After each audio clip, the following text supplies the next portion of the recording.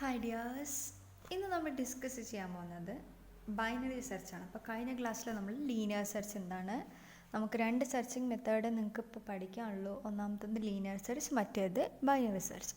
അപ്പം linear search എന്താ നമ്മൾ കഴിഞ്ഞ ക്ലാസ്സിൽ ഡിസ്കസ് ചെയ്തു, അതെങ്ങനെയാണ് വർക്ക് ചെയ്യുന്നത്, അതിൻ്റെ അൽഗോരിതം നമ്മൾ ഡിസ്കസ് ചെയ്തു.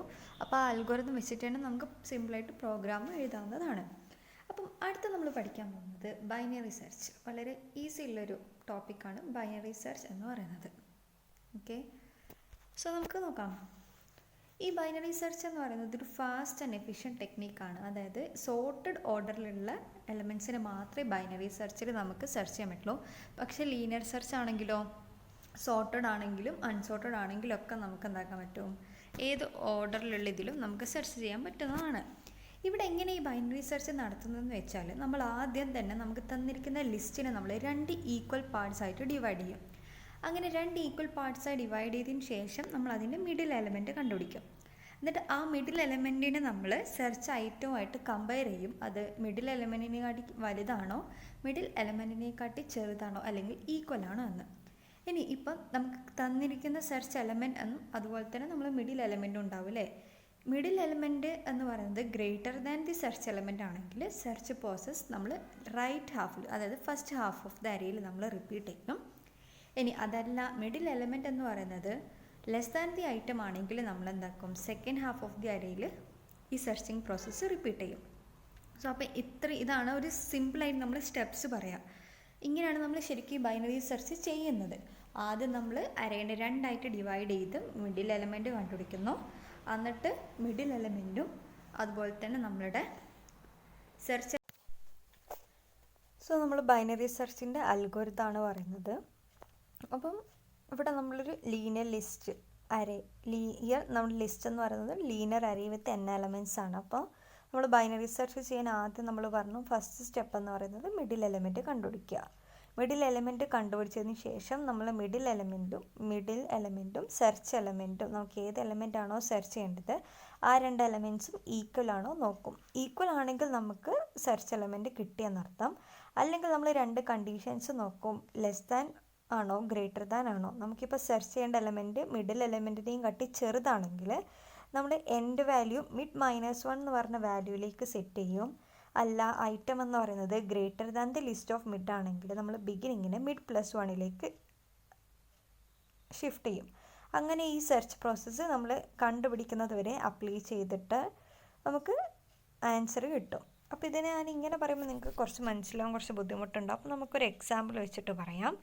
എക്സാമ്പിൾ വെച്ച് പറയുമ്പോൾ ആദ്യം നമ്മൾ പറഞ്ഞു മിഡിൽ എലമെൻറ്റ് കണ്ടുപിടിക്കണം. ഫസ്റ്റ് സ്റ്റെപ്പ് മിഡിൽ എലമെൻറ്റ് കണ്ടുപിടിച്ച്. ഇവിടെ നോക്കിയാൽ ഇവിടെ ഈ ലിസ്റ്റിൽ 0 മുതൽ 9 ഇൻഡെക്സ് വരെയുള്ള എലമെൻറ്റ്സ് ഉണ്ട് അല്ലേ. 0 മുതൽ 9 ഇൻഡെക്സ് വരെയുള്ള 10 എലമെൻറ്റ്സ് ഉള്ളൊരു ലിസ്റ്റാണ് തന്നിട്ടുള്ളത്. എനിക്ക് 23 എന്ന് പറഞ്ഞൊരു എലമെൻ്റാണ് കണ്ടുപിടിക്കേണ്ടത്. അപ്പോൾ മിഡിൽ എലമെൻറ്റ് എങ്ങനെ കണ്ടുപിടിക്കുക, beginning plus end by 2. Beginning ഇവിടെ 0 ഇൻഡെക്സ് ആണ്, എൻഡ് എന്ന് പറയുന്നത് 9 ആണ്. 0 + 9/2 4.5 കിട്ടും. ഫ്ലോർ ഫംഗ്ഷൻ ആയതുകൊണ്ട് 4ലാണ് നമ്മുടെ മിഡിൽ വാല്യൂ പോയിന്റ് ചെയ്യുന്നത്.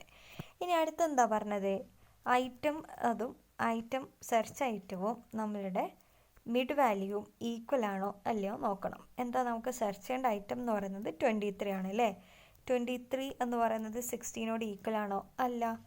അങ്ങനെയാണെങ്കിൽ നമ്മൾ അടുത്ത സ്റ്റെപ്പിലേക്ക് പോകണം. എന്താണ് അടുത്ത സ്റ്റെപ്പ്? ഇനി നമ്മൾ നോക്കുന്നത് ഈ സെർച്ച് ഐറ്റം എന്ന് പറയുന്നത് ഗ്രേറ്റർ ദാൻ ആണോ ലെസ് ദാൻ ആണോ എന്ന് നോക്കണം. 16നോട് 23 എന്ന് പറയുന്നത് ഗ്രേറ്റർ ദാൻ ആണ്.